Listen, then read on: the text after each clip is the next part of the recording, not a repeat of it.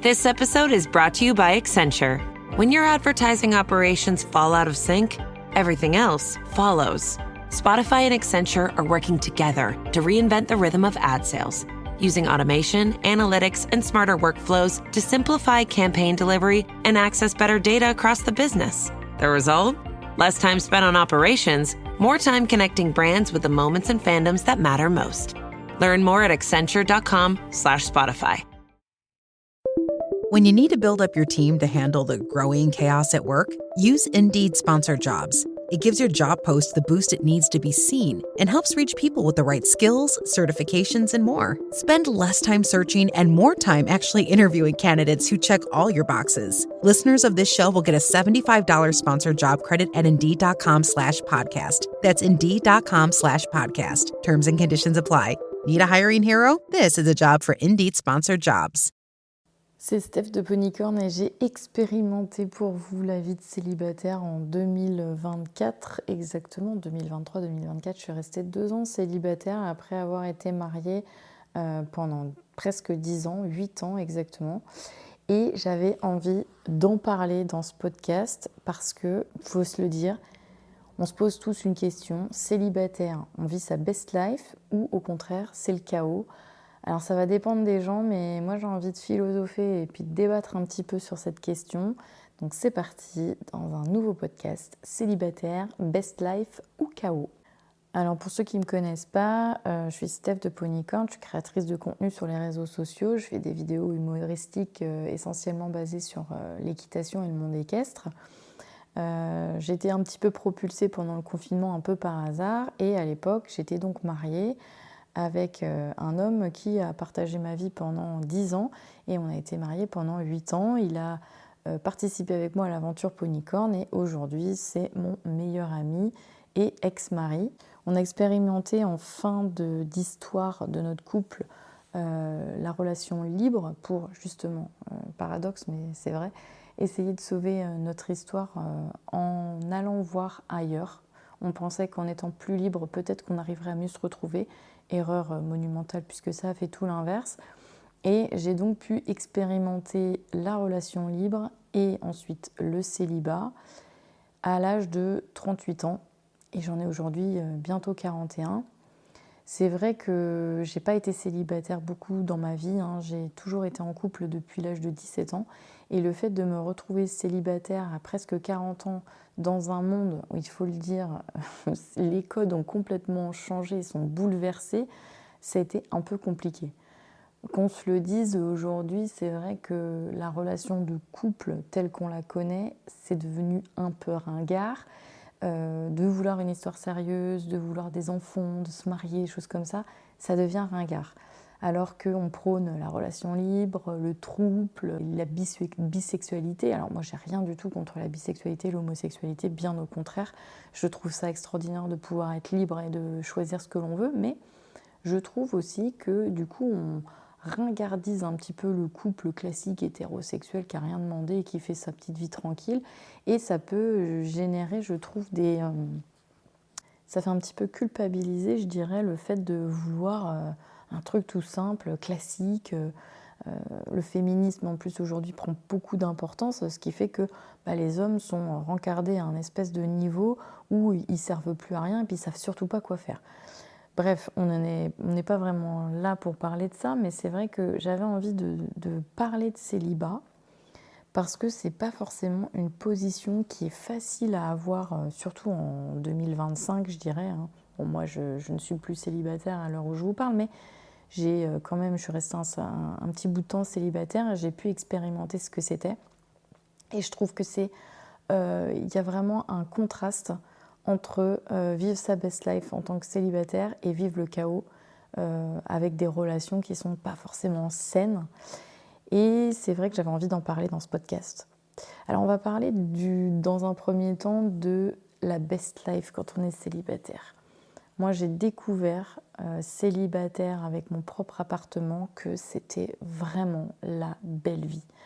J'ai toujours été en couple, comme je vous l'ai dit à l'instant. Et c'est vrai que ne pas avoir les caleçons sales, les vieilles chaussettes, la vaisselle ou la tasse de son mec qui ne l'a pas ramassée à faire, c'est c'est un bonheur. Et c'est vrai que moi, j'aime bien que ma maison soit bien rangée. J'ai un côté assez maniaque, on va dire. Et mon appartement était toujours nickel comme je l'avais laissé en partant ou la veille. Et ça, c'est un plaisir que j'ai eu pendant des mois durant. Et je trouve que c'est génial.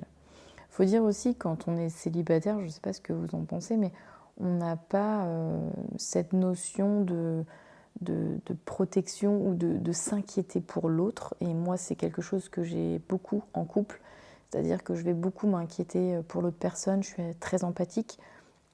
Et du coup, si mon partenaire ne va pas bien, ou si mon partenaire, au contraire, est fatigué, ou par exemple, je ne sais pas, prend la route alors qu'il est fatigué, stressé, ça va beaucoup, beaucoup, beaucoup m'impacter parce que je vais me mettre à sa place et je vais avoir peur qu'il lui arrive quelque chose ou qu'il soit trop fatigué, etc. Et c'est une perte d'énergie incommensurable. Et c'est vrai que quand on est célibataire, on n'a pas besoin de se soucier de l'autre. Et moi, j'ai vraiment trouvé que c'était confortable, très confortable.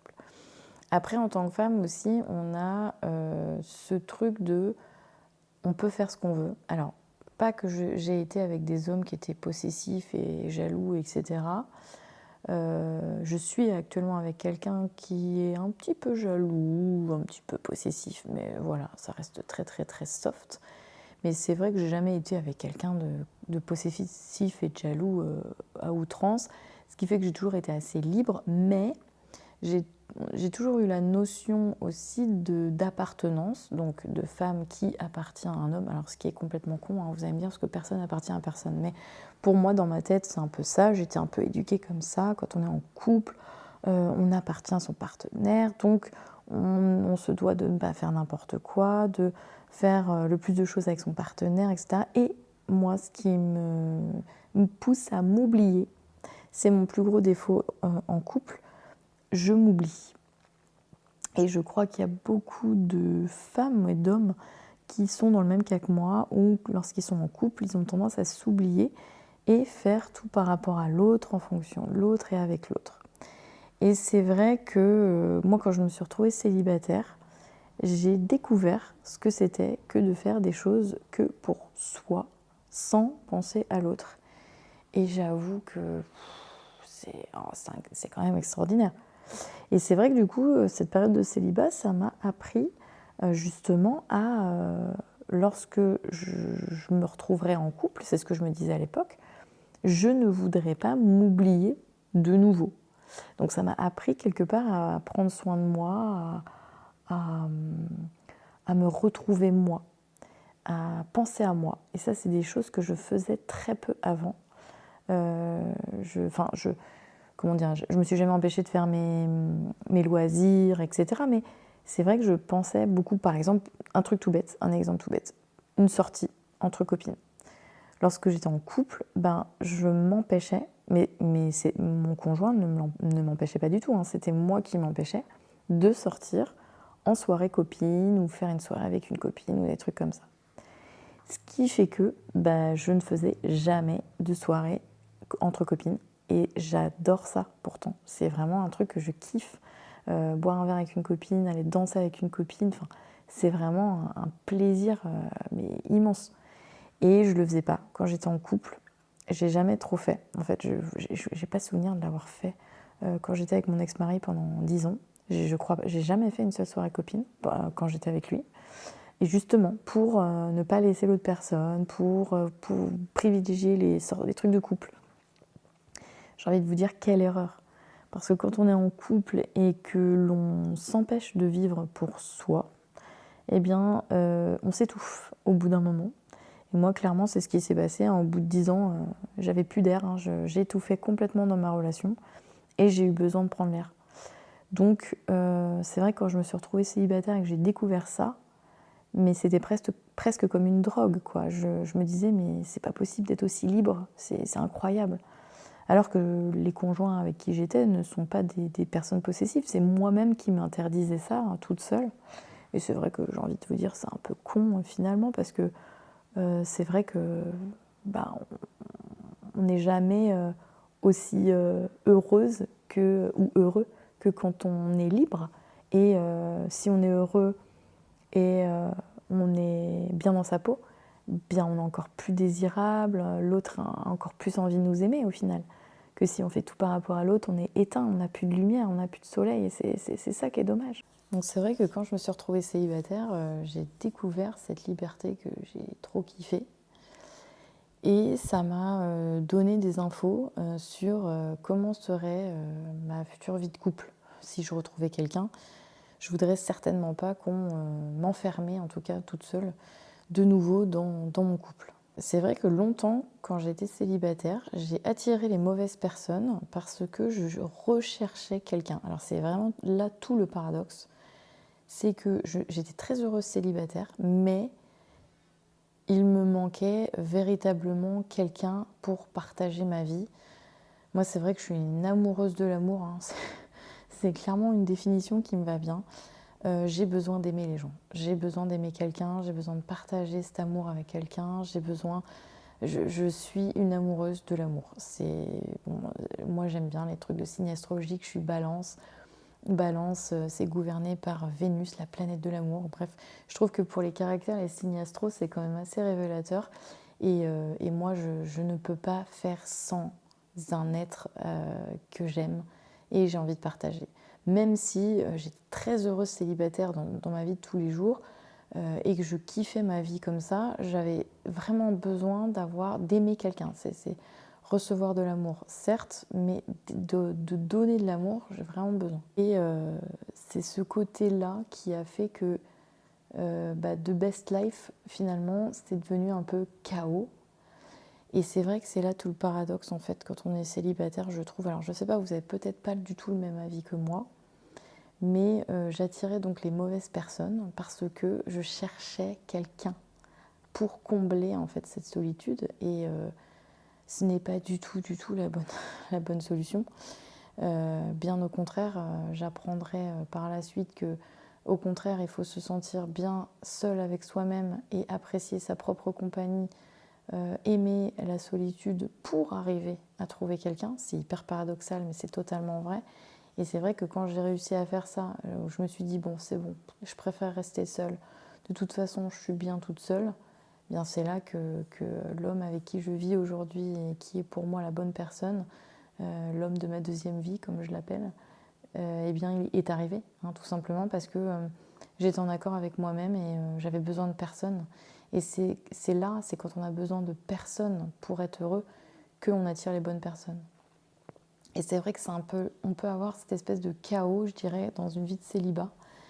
Et ne pas attirer les bonnes personnes ou ne pas avoir du tout de relation, parce que je connais des copines qui sont célibataires depuis des années, 5, 10 ans, de très longues années. Et en fait, ce sont des personnes qui se sont complètement renfermées sur elles-mêmes parce qu'il y a une déception, des choses comme ça. Et c'est vrai qu'elles sont heureuses avec elles-mêmes, certes, mais du coup, elles ont rejeté carrément le fait d'être en couple parce que pour elles, c'est synonyme de souffrance ou de déception, où il n'y aura jamais quelqu'un d'assez bien.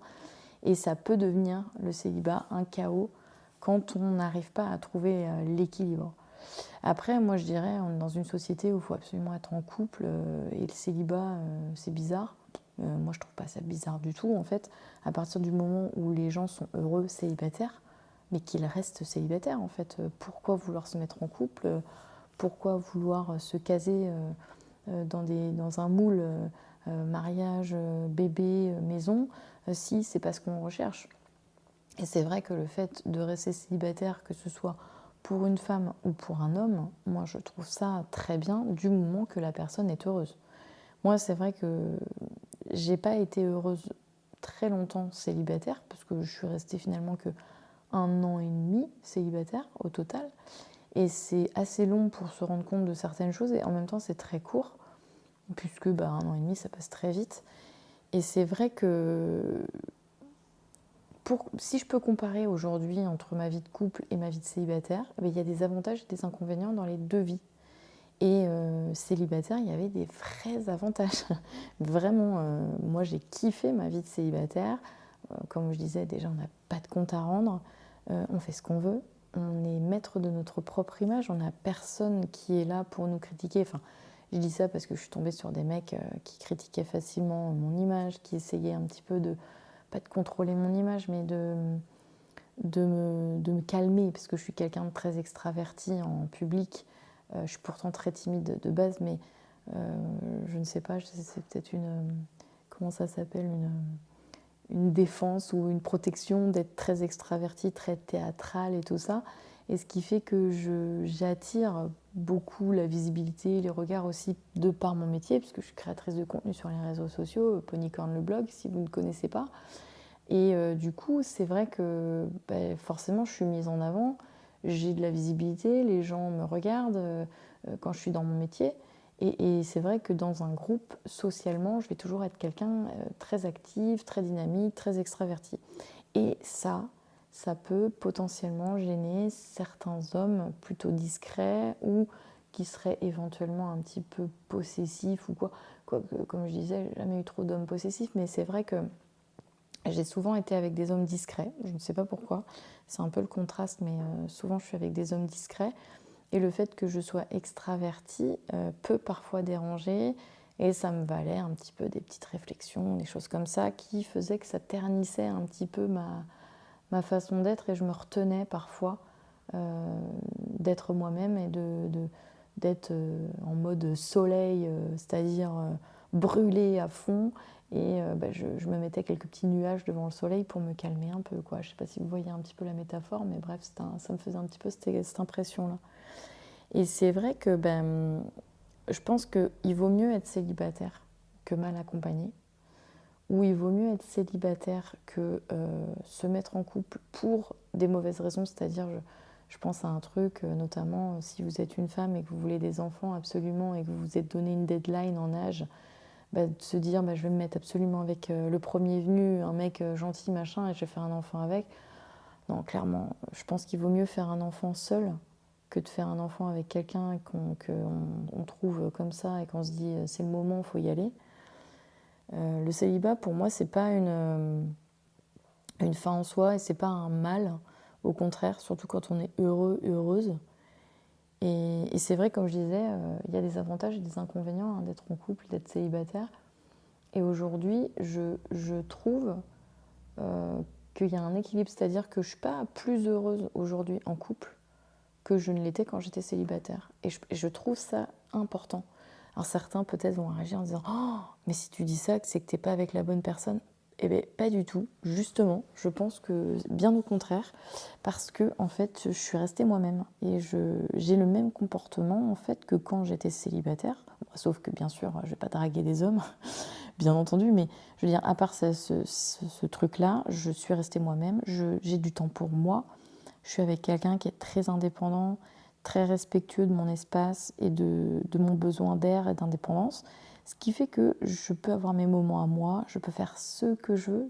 J'ai des comptes à rendre à personne, même à mon chéri. Hein, il me laisse faire ma life. Et on se retrouve quand on a envie de se retrouver, c'est-à-dire très souvent, mais je veux dire, il n'y a rien de calculé. On n'est pas là à se dire, bon, parce qu'on est en couple, on doit faire les trucs en couple. Non, absolument pas. Moi, j'ai voulu faire le GR20, lui ne pouvait pas le faire et n'avait pas forcément envie de le faire. Je suis partie toute seule avec mes meilleurs potes. Qu'est-ce que j'ai fait d'autre? J'ai fait une compète de crossfit avec une bande de potes dans les Alpes. Lui, pareil, il n'a pas envie de le faire. Voilà, je suis partie pendant une semaine. Enfin, je vis ma life comme si j'étais célibataire, parce que j'ai jamais vécu ça en couple auparavant. C'est-à-dire que si je partais en vacances, je partais forcément en vacances en couple. Sinon, je partais pas en vacances. Et quel dommage, j'ai envie de vous dire, parce que j'ai loupé plein de trucs géniaux. Et là, c'est la première fois que je rencontre quelqu'un comme ça, quelqu'un comme moi, qui, pour lui, il n'y a aucun problème si je pars toute seule en vacances. Et si je fais mes trucs toute seule, si lui... Alors bien sûr, s'il avait eu envie de venir avec moi, j'aurais été contente. Et encore, je veux dire, le GR20 avec ma meilleure amie, je voulais vraiment le faire toute seule avec ma meilleure amie. Donc, je n'avais pas forcément envie qu'il s'incruste.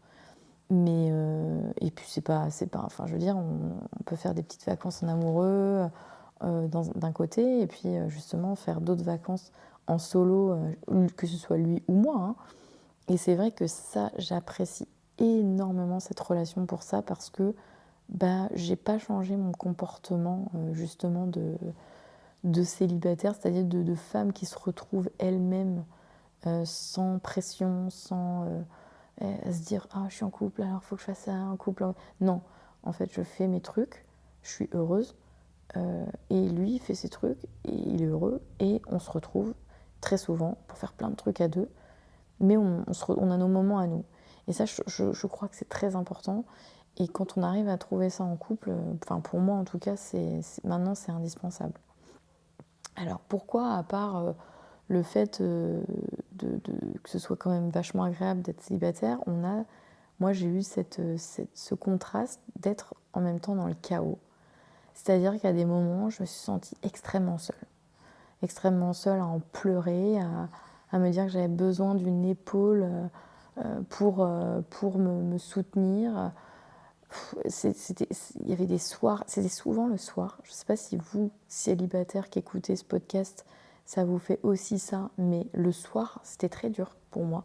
La journée, pas de problème, mais alors le soir, il y avait des soirs où c'était un peu compliqué, je me sentais seule, j'avais besoin de compagnie, et en fait, la solitude me pesait. Qu'est-ce que j'avais d'autre célibataire comme sentiment négatif ? Le fait de trouver des gens qui ne me correspondaient pas, forcément, donc des déceptions amoureuses, relationnelles, de tomber sur des hommes qui n'étaient pas vraiment dans mes attentes ou mes besoins, ou qui me décevaient fortement. J'ai eu des histoires aussi un petit peu difficiles avec des hommes, dont un ou deux, trois pervers narcissiques. Donc j'attirais pas les bonnes personnes, ce qui faisait que ça renforçait mon sentiment j'avais pas confiance en moi, donc ça renforçait ce sentiment-là, je trouve. Et c'est ça qui explique qu'en tant que célibataire, on peut avoir ce moment de chaos interne. Mais je dirais c'est temporaire. C'est temporaire parce que je me sentais pas dans le chaos en permanence. Je trouvais que justement, il y avait un espèce d'équilibre où j'étais très heureuse, mais parfois je me sentais pas bien. Et en couple, c'est un petit peu ça aussi, hein. Des fois, on se chamaille, on se dispute, et du coup, on va être un petit peu malheureux. Et après, des fois, c'est extraordinaire, c'est génial, on partage des choses. Et c'est vrai que le célibat, avec le recul, je trouve que c'est exactement la même chose que quand on est en couple, c'est-à-dire que parfois c'est extraordinaire, et puis parfois c'est un peu compliqué, parfois on est un peu triste, mais ça passe. Et c'est vrai que ce podcast, pour moi, c'était important de le faire. C'était surtout pour les gens qui se retrouvent justement célibataires aujourd'hui et qui en souffrent ou pas, de dire c'est normal en fait. Et si vous avez envie de finir votre vie seul, célibataire, mais quel est le mal ? Moi, je dis du moment que les gens sont heureux, c'est le principal.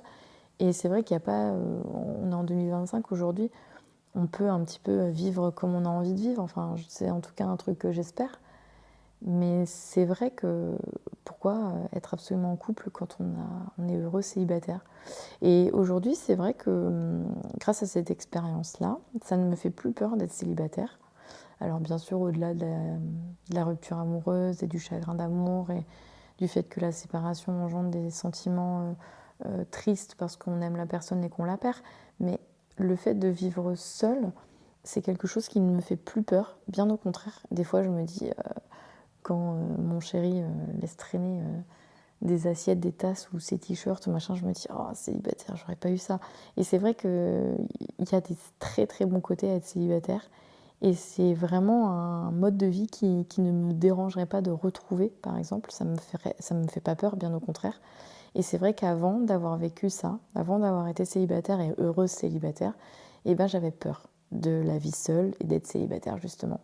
Si vous écoutez ce podcast et que vous êtes peut-être sur le point de vous séparer et que peut-être le célibat vous fait peur, n'ayez pas peur. Bien au contraire, c'est une période de vie, je pense, où on vit justement sa best life, comme je disais, et c'est ça qui est cool. C'est que vous allez vous découvrir ou vous redécouvrir. Quand on est célibataire, on pense du coup plus à soi. Et c'est vrai que c'est un moment, moi c'est un moment de ma vie que j'ai beaucoup aimé. Et aujourd'hui, je suis très heureuse en couple et j'espère que la vie avec Flo, mon chéri, va durer très longtemps. Mais si je devais être célibataire de nouveau aujourd'hui, bien, ça ne me ferait pas peur. Voilà, c'était Steph de Ponycorn avec un podcast tous les vendredis à 22h. Donc on se retrouve vendredi prochain pour un nouveau podcast à 22h.